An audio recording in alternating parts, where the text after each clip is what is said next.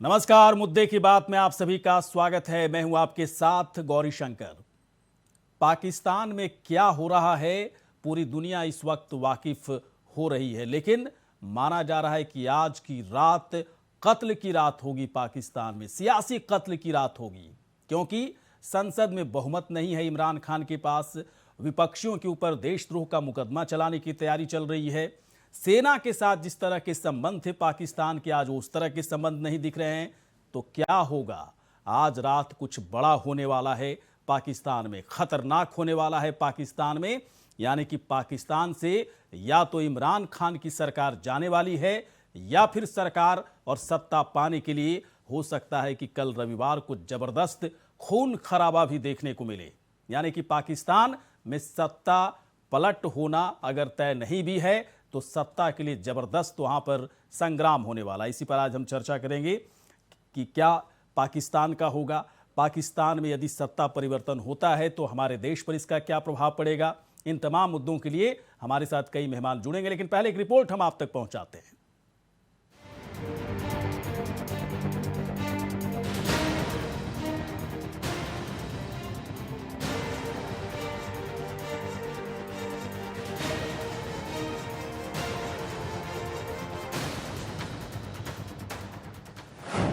पाकिस्तान में आज कत्ल की रात। विपक्षी नेताओं पर हो सकता है गद्दारी का केस। क्या सरकार बचाने के लिए होगा कत्लेआम एक्शन? क्या पाक की सेना देगी इमरान खान का साथ? रविवार को अविश्वास प्रस्ताव से पहले पाकिस्तान की सियासत में कुछ बहुत बड़ा और खतरनाक हो सकता है। माना जा रहा है कि शनिवार देर रात अपोजिशन के तमाम लीडर्स को गिरफ्तार किया जा सकता है।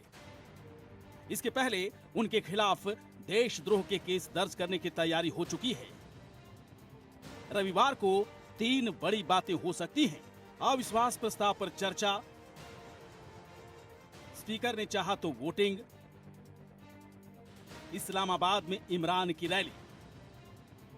वहीं माना जा रहा है कि पाकिस्तानी फौज से इमरान के रिश्ते अच्छे नहीं रहे और पाक में बढ़ रहे सियासी संकट पर फौज का बड़ा एक्शन भी हो सकता है। फिलहाल पाक सेना ने इमरान के सामने 3 विकल्प रखे हैं। पहला, इमरान इस्तीफा दे। दूसरा, मिलीजुली सरकार बनाई जाए। तीसरा, संसद भंग करके फौरन नए चुनाव कराए जाएं। माना जा रहा है कि पहली शर्त पर इमरान तैयार नहीं, तीसरी शर्त आसिफ अली जरदारी को मंजूर नहीं, बीच का रास्ता बंद हो चुका है। अगर पाकिस्तान के सियासी हालात यही रहे और टकराव जारी रहा तो फिर फौज एक्टिव होगी और इमरजेंसी लगना तय हो जाएगा। ये सब चीजें रविवार शाम तक खुलकर सामने आ जाएंगी। चलिए देखते हैं पाकिस्तान संसद में इमरान की क्या हालत है। पाकिस्तान संसद में कुल सांसदों की संख्या 342 है। बहुमत का आंकड़ा चाहिए 172। इमरान के साथ जो सांसद हैं उनकी कुल संख्या 142 है। वहीं विपक्ष दावा कर रहा है कि उसके साथ 199 सांसद हैं। पाकिस्तान में सियासी संकट के साथ कुछ खतरनाक होने के आसार हैं। संसद में इमरान के पास बहुमत नहीं है। विपक्ष पर केस दर्ज होने पर खून खराबा भी हो सकता है। तो क्या माना जाए, पाकिस्तान से इमरान खान का जाना लगभग तय है, यानी क्लीन बोल्ड होने वाले हैं Imran Khan. Bureau report, India voice. तो क्या क्लीन बोल्ड होने वाले हैं इमरान खान? पहले क्रिकेटर थे और क्रिकेटर के बाद सियासत में आए, राजनीति में आए, और क्रिकेट के अंदाज में राजनीति को चलाने की कोशिश जो उनकी थी वो पूरी तरह से नाकाम साबित हो रही है। क्योंकि क्रिकेट खेल अलग है, राजनीति का खेल अलग है, और दोनों खेलों को अगर एक चश्मे से देख करके राजनीति करने की कोई कोशिश करेगा तो मानकर चला जाता है कि ऐसा नहीं हो सकता है। कुछ इसी तरह के हालात पाकिस्तान में दिख रहे हैं, जहां पर इमरान खान पूरी तरह से फंसते हुए दिख रहे हैं। क्योंकि संसद में इमरान खान के पास बहुमत नहीं है, सेना के साथ उनके संबंध अच्छे नहीं हैं। पहले सेना की बदौलत ही इमरान खान किसी तरह से सत्ता हासिल कर पाए, लेकिन अब सेना का साथ इमरान खान को पूरी तरह से मिलता हुआ नहीं दिख रहा है। विपक्षी सांसदों की तरफ से दावे किए जा रहे हैं कि अल्पमत में इमरान खान की सरकार आ चुकी है और कई सांसद ऐसे हैं जो पूरी तरह से विपक्ष का साथ देने के लिए तैयार हैं। तो क्या होगा पाकिस्तान में? क्या कल पूरी तरह से पाकिस्तान की तस्वीर बदल जाएगी? कई मेहमान इस वक्त हमारे साथ हैं। गुलरेज शेख हैं इस वक्त प्रवक्ता बीजेपी के। गुलरेज जी, बहुत बहुत आपका स्वागत है। मेजर जनरल अजय चतुर्वेदी जी इस वक्त हमारे साथ हैं, डिफेंस एक्सपर्ट। आप चतुर्वेदी जी, बहुत बहुत आपका स्वागत है। संजीव श्रीवास्तव जी हैं, फॉरेन एक्सपर्ट। संजीव श्रीवास्तव जी, आपका स्वागत है। और डॉक्टर रमेश ठाकुर इस वक्त हमारे साथ हैं, वरिष्ठ पत्रकार। डॉक्टर रमेश ठाकुर, बहुत बहुत आपका स्वागत है सर। सबसे पहले मैं आप ही के पास आ रहा हूं, डॉक्टर रमेश। डॉक्टर रमेश, पाकिस्तान में जो हो रहा है, ऐसा नहीं है कि कुछ नया हो रहा है।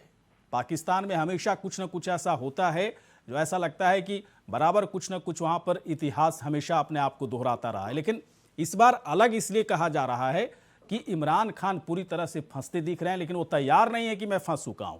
उनके पास कोई विकल्प नहीं है, लेकिन वो तैयार नहीं है कि मेरे पास कोई विकल्प नहीं है। अब पूरी तरह से सियासी बेशर्मी की हद जितना पार कर सकते हैं वो पार करते दिख रहे हैं कि विपक्षी जो जितने भी अपोजिशन लीडर्स हैं उस पर मुकदमा दर्ज करो, गद्दारी का, देशद्रोह का मुकदमा दर्ज करो। सेना का साथ अब इमरान खान के साथ नहीं है। किस तरह की तस्वीर बनती दिख रही है पाकिस्तान में, जरा बताइए सर। देखिए गौरी भाई, आपने कहा कुछ नया नहीं है पाकिस्तान के, लेकिन मुझे लग रहा है इस बार कुछ नया हो रहा है। हाँ। नया इसलिए हो रहा है कि इमरान खान साथ जिस तरीके से खुलकर बगावत ले रहे हैं, सेना के बारे में, सेना के चीजों के बारे में, सेना के इंटरनल चीजों के बारे में कभी कोई भी इससे पहले का वो हुकूमत जिसने चलाई हो वो खुलकर इतना नहीं बोला था। उन्होंने पहले परसों सेगमेंट में उन्होंने कहा कि अगर मैं हटूंगा तो सेना को भी उनकी औकात बता दूंगा। आज जिस तरीके से उन्होंने कहा अगर शहबाज नए प्रधानमंत्री आ जाते हैं तो वो अमेरिका के गुलाम बन जाएंगे, तो इस तरीके से खुल के बयान देना। और सीट से पहले देखो, ये तो कंफर्म हो चुका है कि वो फील्ड में रह के रन आउट तो हो चुके हैं। हाँ। लेकिन एक बार उन्होंने अपने फिर भी फैसले से बदला लेके खड़े हुए हैं और तीसरे अंपायर का एक फैसले का इंतजार कर रहे हैं कि कब वो आउट दें। तो वो मुझे लग रहा कल 3 बजे जो ये अविश्वास प्रस्ताव पर जिस तरीके से पारित होगा, वोटिंग होगी, तो उसके बाद में क्लियर हो जाएगी। ये बात उनको भी पता है कि अब मेरे पास खोने के लिए कुछ नहीं बचा है। लेकिन सबसे बड़ी बात ये है कि यहां तक नौबत आई कैसे, क्योंकि आपने पिछली हुकूमतों की बात करी कि इससे पहले नहीं हुआ था। इससे पहले वास्तव में ऐसा नहीं हुआ था। सेना जिसको कह देती थी कि आपकी सरकार चलेगी तो चलेगी, सेना जिनको कह देती थी आपकी सरकार का द एंड होने वाला है, तो उसके बाद में इतनी खींचा लौदर और इतनी तरीके से रास्ता कोई नहीं फैलाता था। सेना ने कह दिया, आईएसआई ने कह दिया, तो उसके बाद में वो अपना बैठ जाता था, अपना इस्तीफा दे देता था। लेकिन कल से और अब तक 3 बार सेना के बीच में इनकी मुलाकातें हो चुकी हैं। आईएसआई इस समय उनके साथ में, जो कुछ चैनल बता रहा है, उनके साथ में मीटिंग हो रही है। तो इतना ये सारी चीजें हो रही है, क्या उनको मनाया जा रहा है, क्या ऐसी चीजें हैं। लेकिन इमरान खान ने जो एक बात कह के जो सफूगा छोड़ा है, वो उसके बाद में सेना से लेके आईएस से लेके वहां पूरी अपोजिशन के लेके खलबली मची हुई है। उन्होंने कहा मैं कुछ चमत्कार करूंगा, मैं कुछ ऐसा करूंगा। तो वो समझ में नहीं आ रहा है कि चमत्कार कैसा होगा। भाई 172 आपको सीट चाहिए, 172, लेकिन मुझे लग रहा है जो आपका ये जो गेम जो नंबर है वो पूरा नहीं होता दिख रहा है। तो इसके बाद में क्या ऐसा है चमत्कार, वो तो खुद ही जाने या वो खुद ही जानते हैं। लेकिन मुझे लग रहा है जो पाकिस्तान में इस समय हो रहा है वो एक आम पाकिस्तानी के लिए, एक आम बाकी लोगों के लिए सही नहीं है। क्योंकि बिल्कुल सही नहीं है। पिछले 7-8 दिन में जो महंगाई की मार और जिस तरीके से वहां पे एकदम अफरा तफरी का माहौल है, मुझे लग रहा यहां से पाकिस्तान को संभलना, अगर नई हुकूमत भी आती है तो मुझे लग रहा 2-4 महीने लग जाएंगे, क्योंकि उनको संभलने के लिए बड़ी स्थिति खराब हो गई। बिल्कुल। मैं आता हूं सर थोड़ी देर के बाद। संजीव जी के पास में आना चाह रहा हूं। संजीव जी, आप पाकिस्तान में जब इमरान खान की सरकार बनी, उन्होंने कहा नया पाकिस्तान हम बनाएंगे, कर्जे हम नहीं लेंगे। लेकिन जो कुछ उन्होंने दावे किए कि नया पाकिस्तान बनाएंगे, कर्जे नहीं लेंगे, आर्थिक स्थिति देश की अच्छी करेंगे, सब कुछ उल्टा हुआ है ना। 3.5 साल में सब कुछ उल्टा हो गया। आलू, प्याज, टमाटर से लेकर के चीनी, दाल, चावल तक के लिए पाकिस्तान की जनता तरस रही है। इतनी महंगाई बढ़ गई। जहाँ पैसे नहीं लेने की बात का उन्होंने दावा किया, तो आईएमएफ से अरबों डॉलर का उन्होंने कर्ज ले लिया, है ना। अमेरिका के पीछे पाकिस्तान लगा रहा, रूस के पीछे पाकिस्तान लगा रहा, सऊदी अरबिया के पीछे पाकिस्तान लगा रहा, लेकिन कहीं से कुछ मिला, कहीं कुछ नहीं मिला। मुझे एक बात समझाने की थोड़ी कोशिश कीजिए कि सेना का हस्तक्षेप है पाकिस्तान में, कि अगर संकट की स्थिति आती है तो सेना हस्तक्षेप करेगा। इस बार सेना का रुख थोड़ा अलग अलग क्यों दिख रहा है? ऐसा लग रहा है कुछ समझौता कराने की कोशिश हो रही है। पाकिस्तान की स्थिति जबकि बद से बदतर होती जा रही है, बड़ा संकट आ चुका है पाकिस्तान के सामने, सियासी संकट हो या आर्थिक संकट हो, तभी सेना पूरी तरह से न्यूट्रल होती दिख रही है पाकिस्तान के अंदर। संजीव जी, पाकिस्तान की जो आर्मी और आईएसआई है वही पाकिस्तान की वास्तविक शासक है। आज भी यही सच्चाई है, कल भी यही सच्चाई थी और आने वाले समय में भी ऐसा ही होता हुआ दिख सकता है लंबे समय तक। हाँ। और पाकिस्तान की जो एस्टेब्लिशमेंट जिसे हम जानते हैं वो आर्मी और आईएसआई ही है, और वहाँ पर जो भी सरकार चुनी जाती है उसको आईएसआई और आर्मी की इच्छा होती है।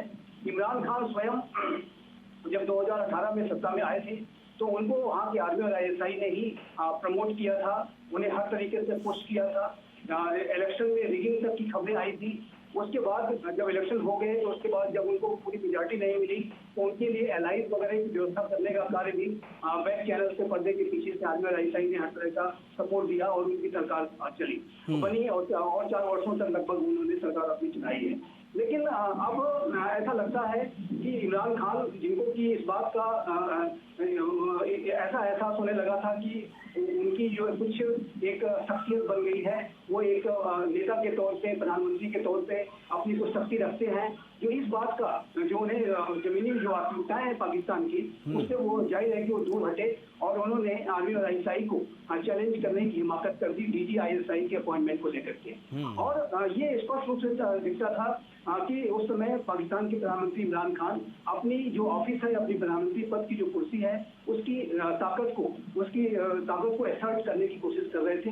लेकिन उसके इमीडिएट बाद आप देखिए तो पाकिस्तान की आर्मी और आईएसआई ने उन्हें आईना दिखा दिया कि पाकिस्तान की जो जमहूरियत है उसकी सच्चाई क्या है। और उसके बाद से उन्होंने जो कह रहे हैं कि वो न्यूट्रल हो गए हैं। वर्तमान समय में पाकिस्तान की आर्मी और आईएसआई को ऐसा लगता है कि यदि वो न्यूट्रल हो जाएंगे तो ऐसे में सरकार तो गिर ही जाएगी और उसके बाद जो भी सरकार बनेगी उसको बनाने की जो कवायद है तो क्या संजीव जी, क्या आप इस तरह की आशंका जाहिर कर रहे हैं कि आज रात कुछ बड़ा होने वाला है पाकिस्तान में?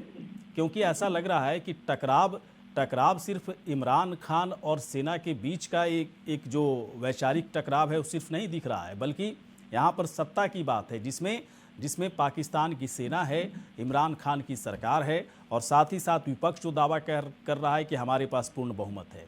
तो क्या लग रहा है कि रात में कुछ पाकिस्तान में कुछ गलत होने वाला है?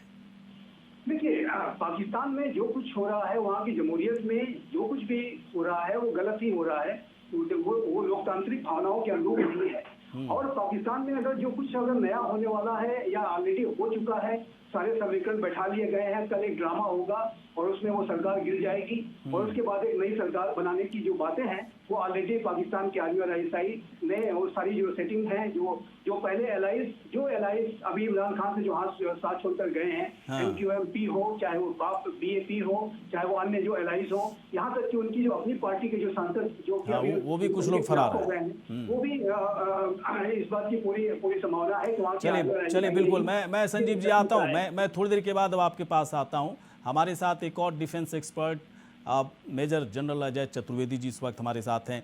अजय जी, एक बात बताएं, पाकिस्तान में जो कुछ इस वक्त हो रहा है, हम लोगों को कितना सावधान रहने की ज़रूरत है? क्योंकि जो होगा वो आज रात को होगा या फिर कल, यानी कि रविवार शाम तक बहुत सारी चीज़ें होने की आशंका जाहिर की जा रही है। इमरान खान रहें ना रहें, क्या फ़र्क पड़ता है हिंदुस्तान को? अगर थे भी तो क्या फ़र्क पड़ रहा था, और अगर वो नहीं रहते हैं, अगर नई सरकार का वहाँ पर गठन होता है, कितना फ़र्क पड़ेगा? बताइए सर ज़रा।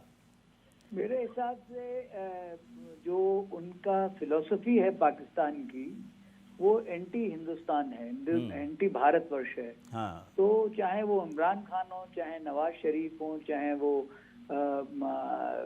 जरदारी हो, चाहे बिलावल हो, कोई भी हो, उससे सरकार का वहाँ पे जो भी सरकार में आएगी वो हमारी कोई ये नहीं कि हम बहुत अच्छे संबंध हो जाएंगे, क्योंकि आज की तारीख में एक और चीज जो हमको गौर करनी चाहिए कि एक इन्होंने एक लेवल तक लोगों का हाइप कर रखा है, लोगों के भावनाओं को, कि जो भी बोलेगा कि नहीं जी हम हिंदुस्तान से बात करें, हालांकि आज की वहाँ का इंटेलिजेंसिया बात करना चाहता है, वो बिजनेस करना चाहता है।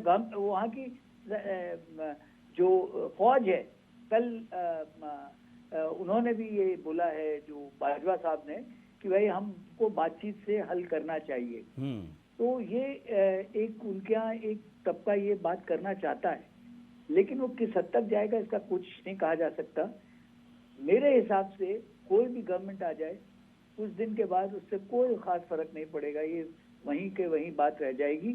और जितनी मजबूत सरकार होगी उतना चांस हमारे उनसे संबंध सुधरने के होंगे, और जितनी कमजोर सरकार होगी वो एंटी इंडिया प्रोपेगेंडा बढ़ाती चली जाएगी। बिल्कुल सही बात। इमरान खान साहब जो है पिछले 3 साल से उनको मालूम था कि उनकी बहुत ही वो सिलेक्टेड प्राइम मिनिस्टर हैं, तो वो हर फोरम पे ये कोशिश करते थे ये दिखाने की कि भाई जी मैं तो बहुत ज्यादा भारत विरोधी हूँ और कश्मीर के लोगों के लिए मेरी जान निकल रही है और ये कर रहा हूँ, वो कर रहा हूँ, वो कर रहा हूँ। बहुत सी बातें उन्होंने जाके यूएन तक में बोला।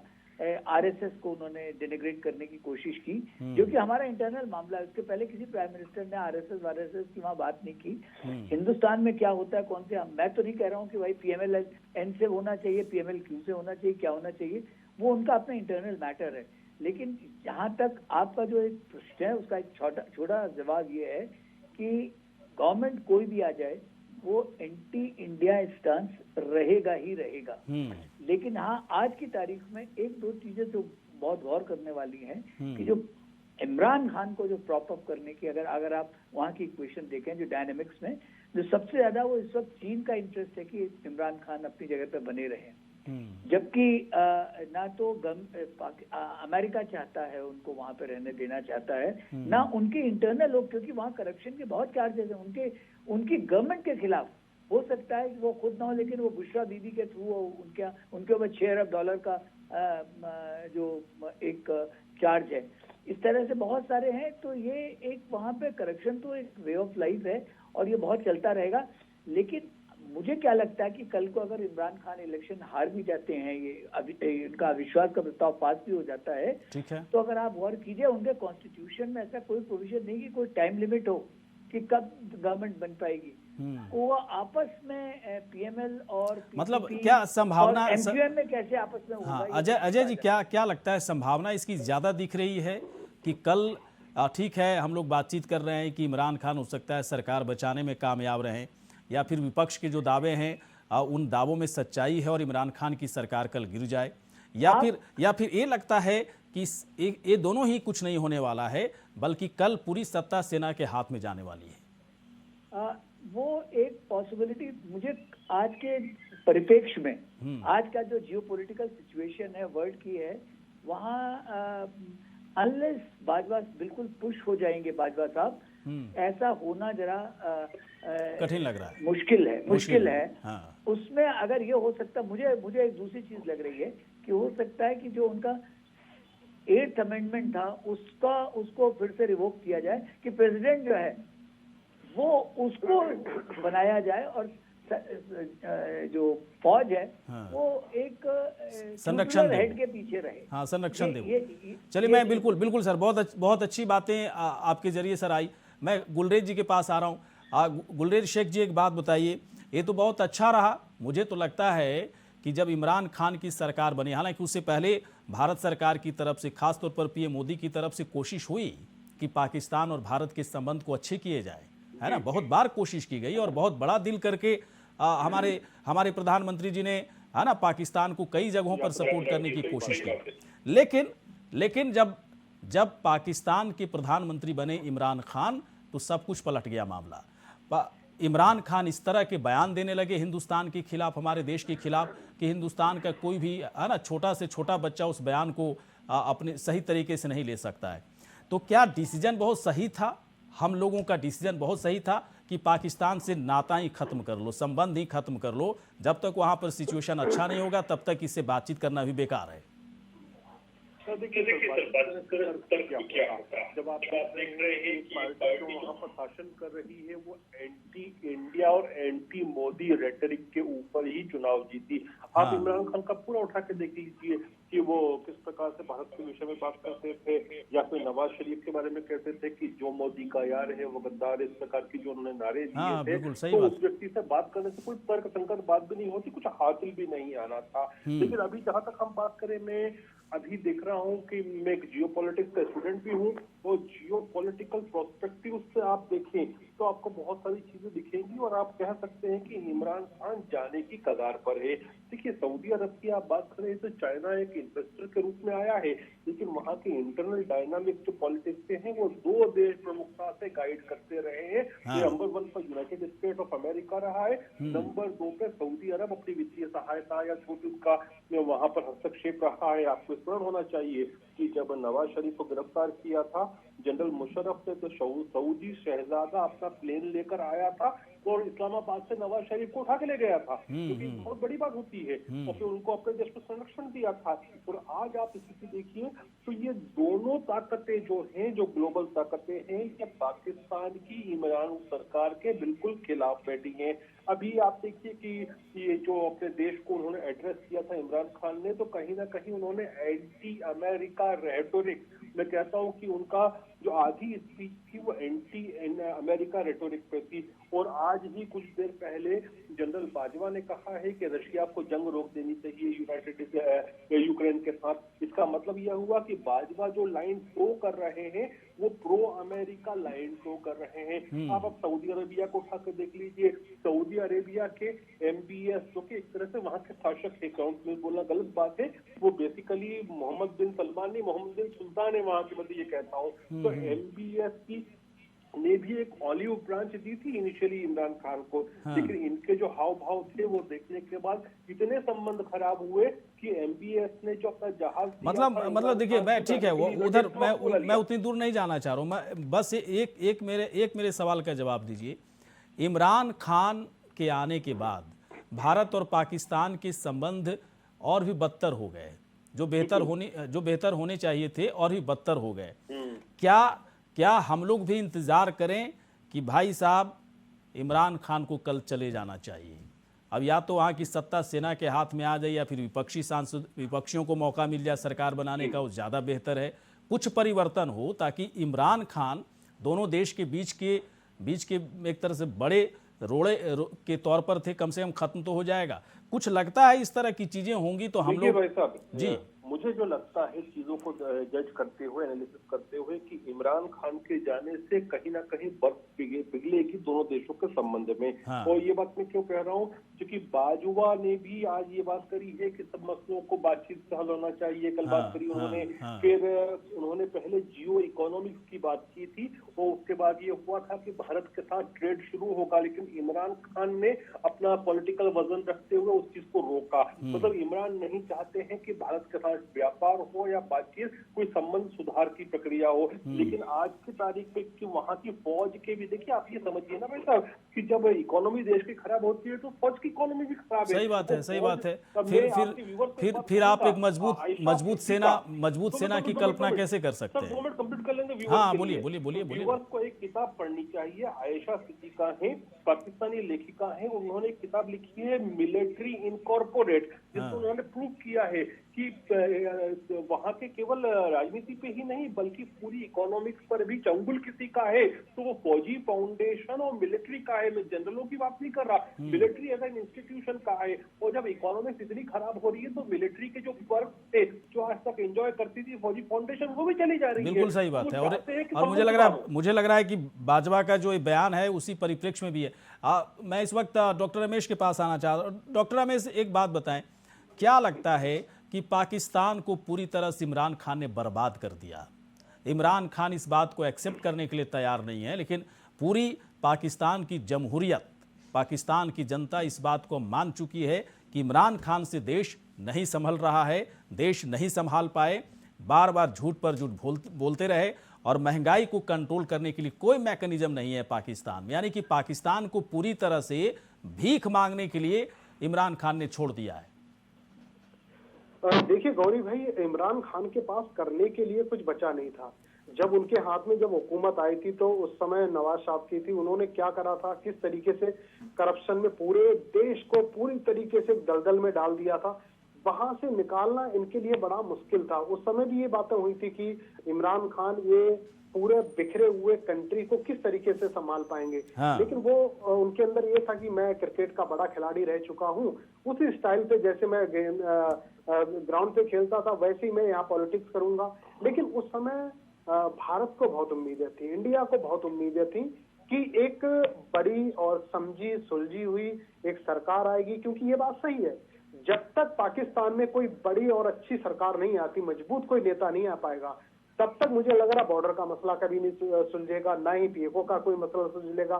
क्योंकि इनके रहते अगर आप पूरा जो 4-4.5 साल का इनका जो भी कार्यकाल है, उसमें सीज फायर के आप सीज फायर के जितने भी मसले देखो तो वो पिछले सालों के मुकाबले कई सारे ज्यादा हुए। तो इन्होंने सुधार किया, क्या करा? कुछ नहीं करा। सारे के सारे इनके जितना था एंटी भारत के खिलाफ सब चीजें चलती रही। लेकिन उस बीच में भी वहां की जनता ने जिस तरीके से विश्वास करा, जिस तरीके से अपने लिए उन्होंने एक बड़े अच्छे सपने देखे थे, वो सारे के सारे टूटते हुए बिखरते हुए आ गए। हालांकि प्रधानमंत्री मोदी ने और भारत सरकार ने बीच बीच में कुछ ऐसे मौके दिए थे कि पाकिस्तान सुधरे और पाकिस्तान हमारी बात को समझे, लेकिन वो लोग समझने के लिए तैयार नहीं। पाकिस्तान की सरकार में दिक्कत है, पाकिस्तान की सरकार में दिक्कत है, पाकिस्तान की जमहूरियत में दिक्कत नहीं। मैं तो इस बात को मानता हूँ। वहाँ की जनता में कोई दिक्कत नहीं है। वहाँ की जनता को पाकिस्तान में जितनी भी सरकारें आई, पाकिस्तान की जो सेना है, ये सब लोगों ने गुमराह किया है। और आज सबसे ज्यादा तकलीफ कौन झेल रहा है? तो वहाँ की जनता झेल रही है। क्या इमरान खान वहाँ की जनता की तकलीफों को दूर करने में सक्षम रहे? नहीं रहे। इसलिए इमरान खान को हर हाल में जाना चाहिए। परिवर्तन जरूरी है, भारत और पाकिस्तान के संबंध अच्छे होने भी जरूरी हैं, लेकिन अब चीज़ों को अच्छा और बेहतर करना पड़ेगा पाकिस्तान की तरफ से, तभी कुछ संभव है। ऐसे तो बिल्कुल संभव नहीं है। एक छोटे से ब्रेक के बाद हाजिर होते हैं। तमाम मेहमान हमारे साथ बने रहें, तुरंत आते हैं। तो राजनीति में पूरी तरह से क्लीन बोल्ड होते दिख रहे हैं पाकिस्तान के प्रधानमंत्री इमरान खान। कैसे बचा पाएंगे अपनी सत्ता, बहुत ही बड़ा सवाल। लेकिन ये सवाल बहुत दिनों तक नहीं बना रहेगा। ये सवाल मात्र 24 से 72 घंटे के बीच इस सवाल का जवाब मिल जाएगा।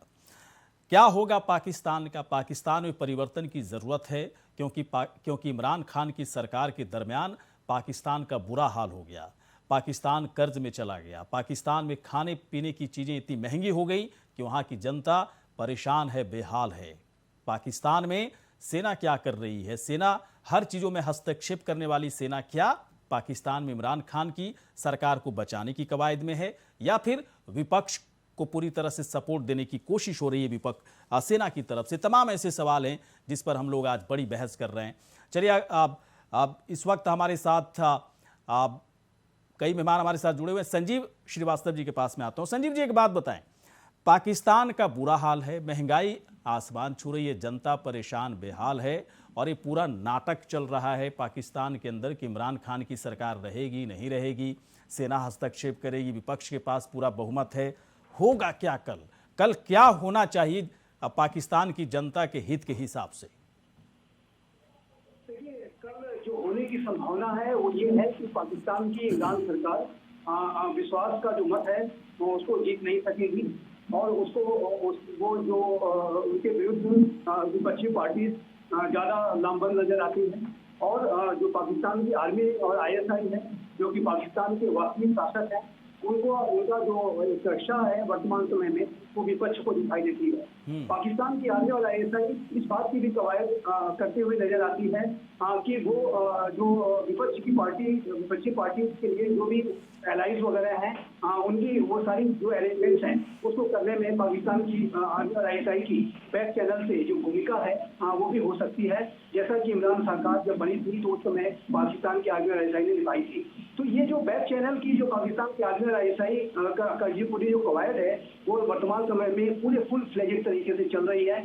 और जैसे कि इमरान खान लगातार आरोप लगा रहे हैं कि खरीद फरोख्त की जा रही है, और बड़े पैसे लगाए जा रहे हैं वगैरह वगैरह। तो ये जो इमरान खान जाहिर है कि अब वो जाने वाले हैं, उन्हें पता है कि वो बस चंद घंटों के मेहमान हैं। तो ऐसे में अब वो खुलेआम अपने बातों को कह रहे हैं, चाहे वो अमेरिका हो, चाहे वो पाकिस्तान की अंदर की जो हालात हैं, यहाँ तक कि वो पाकिस्तान की आर्मी और ISI के बारे में भी कमेंट्स वगैरह कर डालते हैं। लेकिन ये बिल्कुल स्पष्ट है कि पाकिस्तान की आर्मी और ISI बेहद मजबूत है, आज भी वो बेहद मजबूत है। अभी हमारे एक पैनलिस्ट ने आयशा सिद्दीका की जो बुक है द मिलिट्री इंक, उसका जिक्र किया और बेहद महत्वपूर्ण बुक है। हमारे जो व्यूअर्स हैं उनको अवश्य इसको एक्सेस करना चाहिए, पढ़ना चाहिए। इस बुक में आयशा सिद्दीका ने बिल्कुल स्पष्ट रूप से बता दिया है कि पाकिस्तान की जमहूरियत की क्या सच्चाई है। पाकिस्तान में आर्मी और ISI न सिर्फ वहाँ की मिलिट्री या राजनीतिक तंत्र को चलाते हैं, बल्कि वहाँ के आर्थिक तंत्र पर भी उनका पूरा कंट्रोल है। और जो फौजी फाउंडेशन हो, आर्मी वेलफेयर ट्रस्ट हो, और जितने भी अन्य जो नेवी के फाउंडेशन है, बहरिया फाउंडेशन वगैरह, इस सब के माध्यम से जो पाकिस्तान के रिटायर्ड जो सैनिक हैं, जो सेना के ऑफिसर्स हैं, वो बहुत ही बड़े बड़े व्यापार में शामिल हैं। छोटी से छोटी वस्तुओं से लेकर के पाकिस्तान में एयरलाइंस के बिजनेस को भी चलाते हैं। पाकिस्तान में हर तरीके के बिजनेस एक्टिविटीज में ये शामिल है और इनके जो पैसे हैं। अच्छा, क्या लगता है संजीव जी, क्या लगता है संजीव जी, आज की तारीख में जिस तरीके से हम लोग, मतलब हमारे देश ने जिस तरीके से पाकिस्तान को पूरी तरह से साइडलाइन कर दिया, वो उसकी हरकतों की वजह से, बाद में इमरान खान की तरफ से कई, है ना, अनाप शनाप बयान देने शुरू कर दिए गए, बहुत सारी चीज़ें थी। इसके बाद हिंदुस्तान ने पूरी तरह से साइडलाइन कर दिया।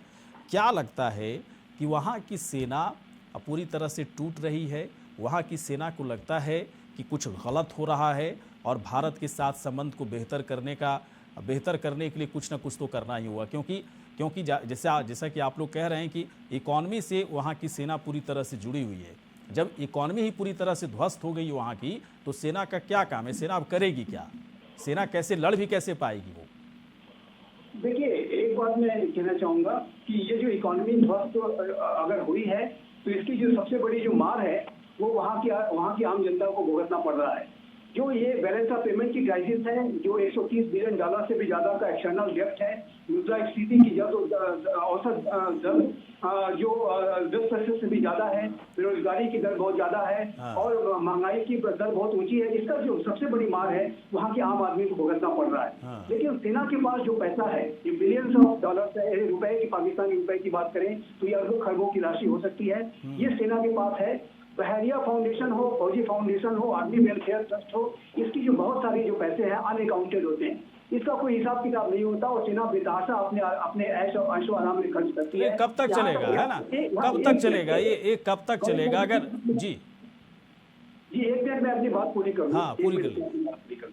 देखिए, मैं ये कह रहा था कि जो CPEC के जो प्रोजेक्ट हैं, जिसमें कि चाइना से बहुत बड़ी राशि $62 बिलियन से भी ज्यादा की चाइना जो इन्वेस्ट कर रहा है, उसमें भी भ्रष्टाचार है और उसमें भी वहाँ की आर्मी और ISI को बहुत सारा पैसे मिलते हैं। और ये बिल्कुल स्पष्ट है कि पाकिस्तान की आर्मी और ISI को पाकिस्तान के जो आर्थिक हालात, जो जनता तो भुगत रही है, लेकिन उनका जो ऐशो आराम है लगातार जारी है। बिल्कुल। और जहाँ तक भारत की बात है, एक बात मैं यहाँ कहना चाहूंगा, जो 1 मिनट मेरे को दीजिएगा।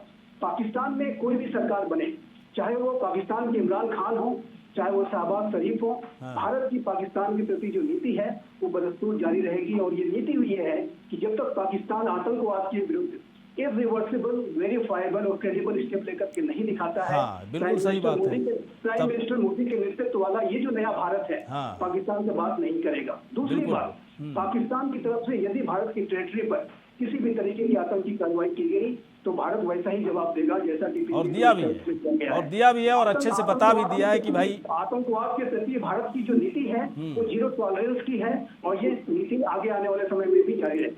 बिल्कुल सर, बहुत अच्छी बात है, बहुत अच्छी बात है संजीव जी। और अजय जी के पास में आ रहा हूँ। अजय जी, एक बात बताएं कि पाकिस्तान ने बहुत कोशिश की कि हमारे देश को बदनाम किया जाए, हर प्लेटफॉर्म का इस्तेमाल किया, चाइना को भड़काने की कोशिश, रूस को भड़काने की कोशिश, अमेरिका को भड़काने की कोशिश, जहाँ जहाँ गया वो हमारे देश के खिलाफ ही बात करता रहा। मुझे एक बात समझाइए, इसके बावजूद देखिए पाकिस्तान रसातल में जा रहा है, पाकिस्तान में हर चीज़ महंगी होती जा रही है, वहाँ की जनता सड़क पर उतर गई है महंगाई की वजह से, खाने पीने की चीज़ों की दिक्कत हो रही है। मुझे अब थोड़ा सा बताएं इमरान खान रहे ना रहे, दूसरी सरकार आ जाए, पाकिस्तान के पास कोई विकल्प बचा है क्या? इमरान खान ने किसी तरह का कोई विकल्प छोड़ा है क्या? अब सेना भी क्या कर लेगी? सेना के पास जब पैसे नहीं रहेंगे तो सेना करेगी क्या, चाहे कितनी मजबूत दिखे वो? और चीन कब तक सहायता करेगा? चीन क्यों सहायता करता है पूरी दुनिया को पता है अजय जी। देखिए, इसको आपको एनालाइज करता हूँ। बोलिए सर, बोलिए, पूरा टाइम है सर। आज की तारीख में जो उनकी सिचुएशन है, ये एक ऑपरेशनल आर्ट में सिद्धांत होता है कि आप अपने दुश्मनों को कभी एक साथ नहीं आने देते हो। आज की तारीख में चाइना ने हाथ खींच रहा है वो CPEC से। आज की तारीख में अमेरिका उसके खिलाफ है, क्योंकि उसके खिलाफ तो ये स्टेटमेंट दे रहे हैं। जो उनके सबसे बड़े पैरोकार पहले होते थे, सऊदी अरेबिया और UAE, वो उनके खिलाफ हो गए हैं। तो आज की तारीख में कोई भी वैश्विक ताकत उनके साथ नहीं है। वो पुतिन से मिलने गए, 6 घंटे में उनको बाहर कर दिया। चाइना गए तो चाइना में शी जिनपिंग तो उनसे मुलाकात ही नहीं, वहां पे भी उनको वीडियो कॉन्फ्रेंसिंग से उससे बात करनी पड़ी। तो ये तो इनकी बुक्कत है। अच्छा, जब ये नहीं है, जो उनकी अपनी इंटरनल इकोनॉमिक्स जो है उसका क्या स्टेटस है? उनके यहाँ कोई मैन्युफैक्चरिंग का कोई स्टेटस नहीं है। उनका एग्रो इकोनॉमी है जिसमें कि पानी की उनके यहाँ बेइंतहा कमी है, ग्लोबल वार्मिंग की तरह से। और जो पानी जो इंडस वाटर ट्रीटी से उनको मिलता है उसको वो वेस्ट कर देते हैं। उसका ऑलमोस्ट 72% आज की तारीख में खाने के वहाँ लाले इसलिए पड़ रहे हैं क्योंकि इंडस का जो पानी फ्रेश वाटर समुद्र में जाता था वो उल्टा फ्लो हो रहा है। तो 84 किलोमीटर सक्कर तक आ गया है। तो वो पूरा का पूरा जो उनका जो फूड प्रोडक्शन है वो गड़बड़ हुआ जा रहा है। जो वहाँ पे रावी का जो इलाका है वहाँ पे इतने ज्यादा ट्यूबवेल लग गए कि वहाँ पर पानी, ग्राउंड वाटर पूरा कंटेमिनेट, पानी उनके पास है नहीं, बिजली उनके पास है नहीं। तो वो एक ये स्थिति है। और इसके बाद FATF ने उनपे जो है वो ग्रे लिस्ट में उनको रखा हुआ है। क्यों रखा हुआ है? क्योंकि आतंकवाद। अब मैं मुद्दे पे आता हूँ कि जो आतंकवाद जब तक वो नहीं छोड़ेंगे, कोई उनके साथ किसी की दुनिया में सहानुभूति नहीं हो सकती है। तो जो नई गवर्नमेंट आएगी, जो भी आएगी, क्योंकि जहाँ तक करप्शन है वहाँ पे वे ऑफ लाइफ है। नवाज शरीफ करप्ट थे, आसिफ अली जरदारी 10% थे, इनके केस में बुशरा बेगम के थ्रू इनके यहाँ बेईमानियां चल रही हैं। तो करप्शन चलता रहे, उससे हमें कोई ज्यादा चिंता नहीं करनी चाहिए। ज्यादा हमें चिंता करने की आवश्यकता ये है कि उनके जब तक वो अपना, अच्छा पहले क्या था हमारे यहाँ की गवर्नमेंट, तब भी उनसे बात करने को तैयार होती थी। जो नई गवर्नमेंट आई है उसने बोला पानी, पहले उसने रोक दिया उड़ी के बाद। उसने कहा कि पानी, मोदी जी ने बोला कि पानी और खून एक साथ नहीं बहेगा। फिर उन्होंने दोबारा उसके लिए उन्होंने उठा करके सर्जिकल स्ट्राइक की। जो कुछ रही बची कसर थी, फिर उन्होंने बदतमीजी करने की कोशिश की तो बालाकोट हुआ। तो उनको भी अब पता है कि अगर उन्हें जरा भी वो कितना भी बोले वो न्यूक्लियर हैं, देश है, जो भी अच्छे से पता है, अच्छे से पता है कि अब नहीं हो सकता। नहीं हो सकता। तो आज की तारीख में पाकिस्तान एकदम अलग थलग है। उसके ऊपर कर्जे पे कर्जा चढ़ता जा रहा है। क्या होगा अजय जी, क्या लग रहा है कि 1-2 साल के बाद क्या होगा पाकिस्तान का? एक और छोटी बात बताता हूँ कि उन्होंने जो CPEC ये नहीं बात, क्योंकि ये जो है बात नहीं बन रही है, क्योंकि बलूचिस्तान में जो प्रॉब्लम है वो बहुत ज्यादा है इंसर्जेंसी की। उधर गिलगिट में हुई जा रही है, वहाँ पे गिलगिट में नारा लगाया जाता है ये जो वर्दी है इसके पीछे दहशतगर्दी है। तो जो दोनों एंड पे जब CPEC नहीं चल पा रहा तो उन्होंने क्या किया, ऑफ कराची 2 बंधु बुंदल 2 आइलैंड वो पाकिस्तान को बेचने को तैयार हो गया। तो इस स्थिति में इमरान खान तो जाएंगे ही जाएंगे कल, इसमें मुझे कोई शक शुबा जरा भी नहीं है। लेकिन जो आएगा भी उसको पहला तो ये करना पड़ेगा कि अपनी इकोनॉमी पे जोर दें। सबसे पहले उसको जो दहशतगर्दी से है, क्रॉस बॉर्डर टेररिज्म है, इस पे जब तक वो लगाम नहीं लगाएंगे, FATF से नहीं निकलेंगे, जब तक वो अपने संबंध सऊदी अरेबिया से सुधारेंगे। मुझे तो सर लगता है कि पाकिस्तान से संबंध तभी अच्छे हो सकते हैं कि हमारे देश के प्रधानमंत्री हैं नरेंद्र मोदी, तो नरेंद्र मोदी का टक्कर का भी तो कोई हो, तब तो बात करें। शहबाज शरीफ वगैरह है ना, सब तो भ्रष्ट ही हैं। सब लोगों के ऊपर इतने केसेस, इतने भ्रष्टाचार, है ना, पूरी तरह से पाकिस्तान को बर्बाद कर दिया। तो हमारे देश के प्रधानमंत्री जैसा प्रोफाइल तो होना चाहिए वहाँ के प्रधानमंत्री का। कल आपस में लड़ने लगेंगे। हाँ वही बड़ी दिक्कत है सर। मैं गुलरेज जी के पास आ रहा हूँ। गुलरेज जी एक बात बताएं, कई बार ऐसा होता है कि सब कुछ मतलब सामने वाले की चीज़ें सब कुछ बर्बाद हो चुकी रहती है, कुछ नहीं है उसके पास कहने बोलने और कुछ करके दिखाने के लिए। पाकिस्तान उसी फेज से गुजर रहा है। पाकिस्तान के पास आज की तारीख में कुछ नहीं है, ना पैसा है, ना उसकी डिप्लोमेसी काम आ रही है, ना उसकी सेना उसके साथ है। सेना भी एक तरह से रास्ता ढूंढ रही कि कैसे चीज़ों को बेहतर किया जाए। क्या ये सही मौका है, क्या ये सही मौका है हमारे देश के लिए कि पाकिस्तान को कोई ऑफ़र दिया जाए, पाकिस्तान को कोई ऑफ़र दिया जाए कि तमाम तरह की जो आतंकवादी गतिविधियां इसको ख़त्म करो, मैं तुम्हारी सहायता करूंगा। सारे जितने ट्रेनिंग है ना सेंटर चल रहे हैं, तमाम तरह की चीज़ें जिसको सेना की तरफ से और बाकायदा सरकार की तरफ से सपोर्ट सिस्टम मुहैया कराई जाती है, ख़त्म करो 10 दिन के अंदर, 15 दिन के अंदर, 1 महीने के अंदर ख़त्म करो, मैं तुम्हारी सहायता करने के लिए तैयार हूँ। ऐसा कोई ऑप्शन ऑफर हो सकता है क्या? ये बात कि भारत जब श्रीलंका की मदद करता है, नेपाल की मदद करता है, दूसरे राज्य देशों की करता है, बीच में किर्गिस्तान की भी मदद की थी, तो पाकिस्तान भी ये चीज जानता है कि पाकिस्तान को भारत डेफिनेटली सपोर्ट करेगा यदि ये टेरर का इंफ्रास्ट्रक्चर वो खत्म कर दे। लेकिन प्रॉब्लम ये है कि मुझे जो लगता है कि इनकी एजेंसी स्पेशली ISI और फौज में इतने सारे इस प्रकार के लोग आ चुके हैं कि वह एक स्टेट पॉलिसी की तरह बन चुका है। तो और उनके पास है, वो उनकी सेना भी जानती है इस चीज को और उनकी सिविलियन सरकार भी जानती है। वो केवल भारत की नहीं, आज के समय यूनाइटेड स्टेट्स का सपोर्ट करेगा। यदि वो टेरर इंफ्रास्ट्रक्चर को क्रैश करते हैं तो UAE भी करेगा, दूसरे भी कंट्रीज करेंगे। लेकिन क्या वो कर पाएंगे? क्या सेना इस चीज के लिए तैयार है? यदि सेना को यह लगता है कि अब उनकी कमर टूटने वाली है आर्थिक परिस्थितियों की वजह से, या दुनिया ने जिनको पराया कर दिया है, तो ये मत भूलिए कि वहाँ की सरकार चाहे सिविलियन गवर्नमेंट कोशिश कर रही है कि चीन के नजदीक होने की, लेकिन आज भी सेना चाहती है यूनाइटेड स्टेट्स के नजदीक होना। तो ये सब भी आपस में कश्मकश है। तो अभी वेट एंड वॉच की पॉलिसी, इस प्रकार का ऑफर देने से कुछ होना नहीं है, क्योंकि ये इंफ्रास्ट्रक्चर खत्म करना है, वो तो इंफ्रास्ट्रक्चर अपने आप से उनके स्टेट पॉलिसी के आर्म्स से, तो उनको अपने स्टेट पॉलिसी के आर्म्स को बंद करने होंगे।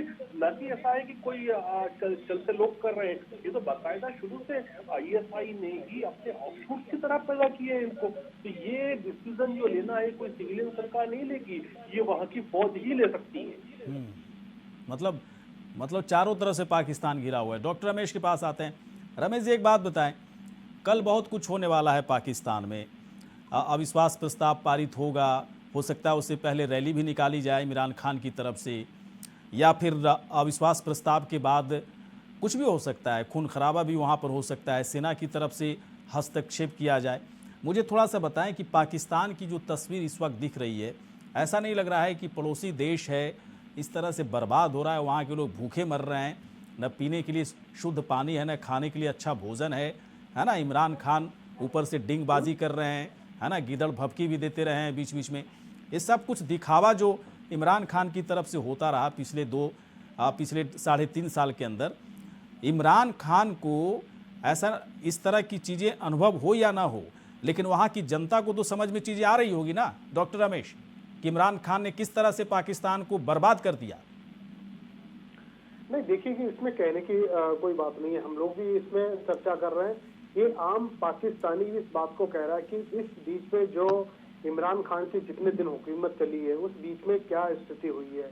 सबसे बड़ी बात तो ये है कि सऊदी अरबिया जितनी भी इस्लामिक कंट्री थी, जो भी इनके फेवर में बोला करती थी, इनके पक्ष में पक्ष मिलाया करती थी, वो सारी की सारी दूर हो गई हैं। आज जिस तरीके से कल इमरान खान ने कहा कि पाकिस्तानी पासपोर्ट की आज की डेट में कहीं कोई वैल्यू नहीं है, बिल्कुल सही कहा। हाँ। कहीं भी ये जाते हैं तो इनको नकार दिया जाता है, रूस में जाते हैं वहां से फिर वापस आते हैं। उसके बाद में ये चाइना जिस तरीके से इनके साथ कर रहा है, वो क्यों कर रहा है सबको पता है। चाइना से बहुत उम्मीद थी विशेष तौर पे हम इमरान खान को, हो सकता है कि ये जो कन्फ्लिक्ट उनका और उनके अपोजिशन के बीच में हो रहा है, इसमें बीच में आके कुछ मीडिएट करेंगे, कुछ उनको सुख सुविधाएं देंगे, कुछ उस संकट से निकालेंगे। लेकिन चाइना मौके की तलाश में रहता है। चाइना जब तक इंसान के साथ में रहता है, जब तक वो ठीक ठाक होता है, जैसे उसके दिन 19-20 हो जाते हैं, सबसे पहले वो पीछे हट जाता है।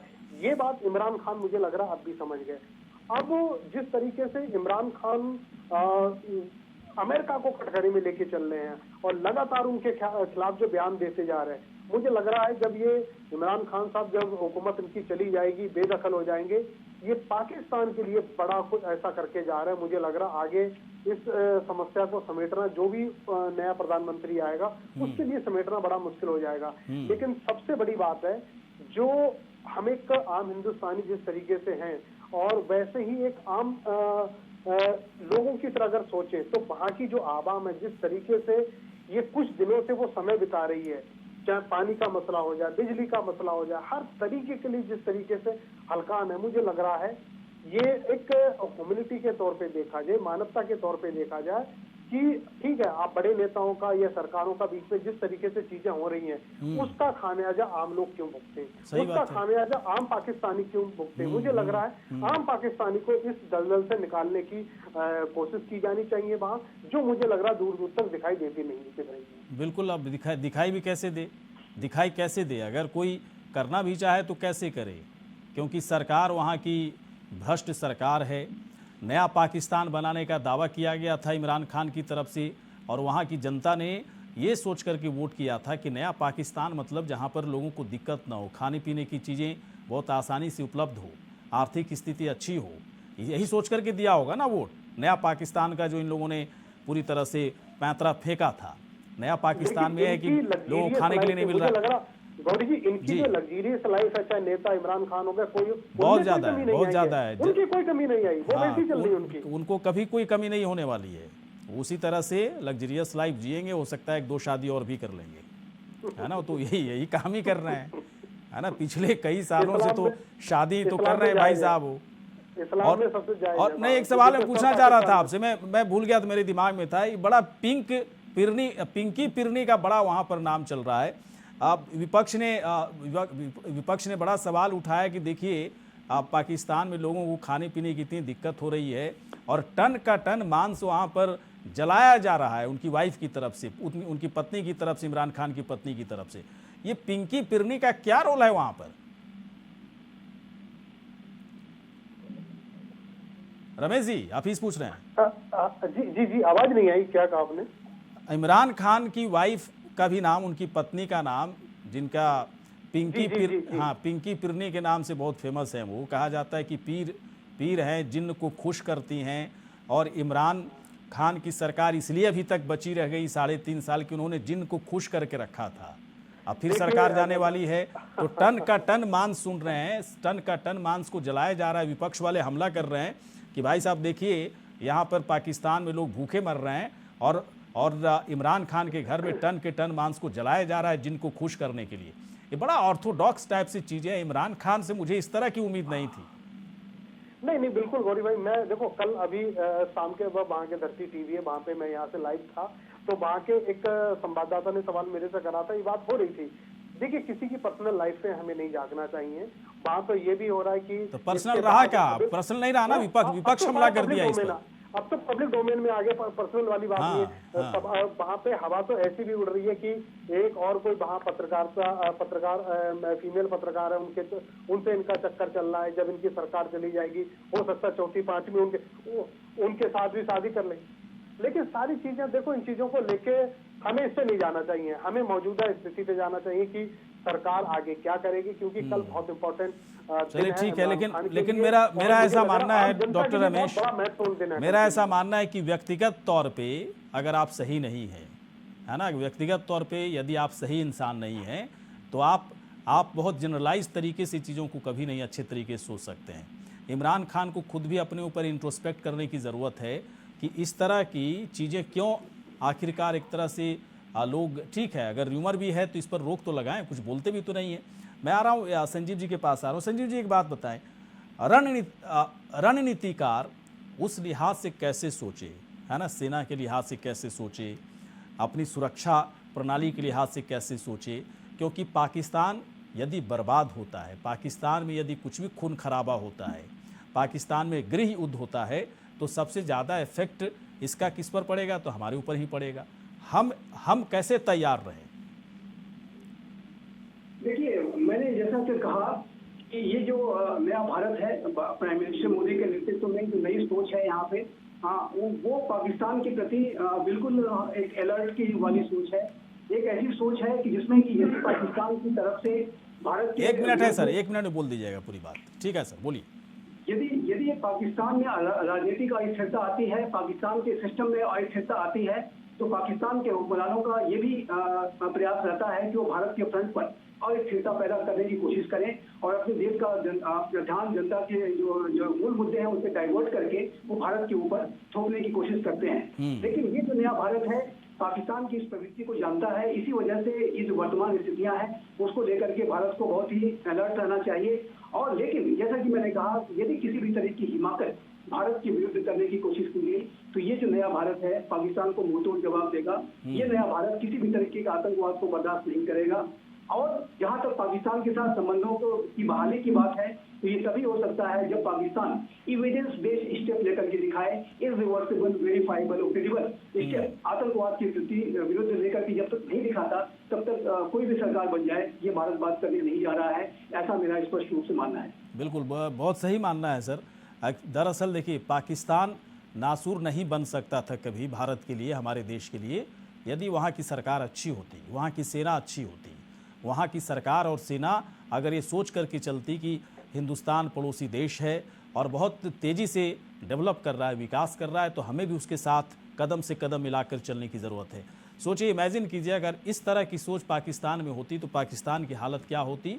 और पाकिस्तान की वजह से हम लोग को जो नुकसान होता है कम से कम नुकसान तो बचता, लेकिन पाकिस्तान के अंदर रहने वाले लोग, ये सरकार, ये फौज, ये सेना कब सोचेगी इस तरह की चीज़ें। फिर लड़िए मरिए, महंगाई से जनता तड़पेगी तो फिर गृह युद्ध होगा, फिर कौन संभालेगा, ये भी बड़ी चुनौती है। न तो अमेरिका तैयार है, न रूस तैयार है, और फिर हम लोग भी क्यों तैयार होंगे। आप लोगों ने हमें दिया ही क्या, कुछ नहीं दिया, परेशान ही तो किया।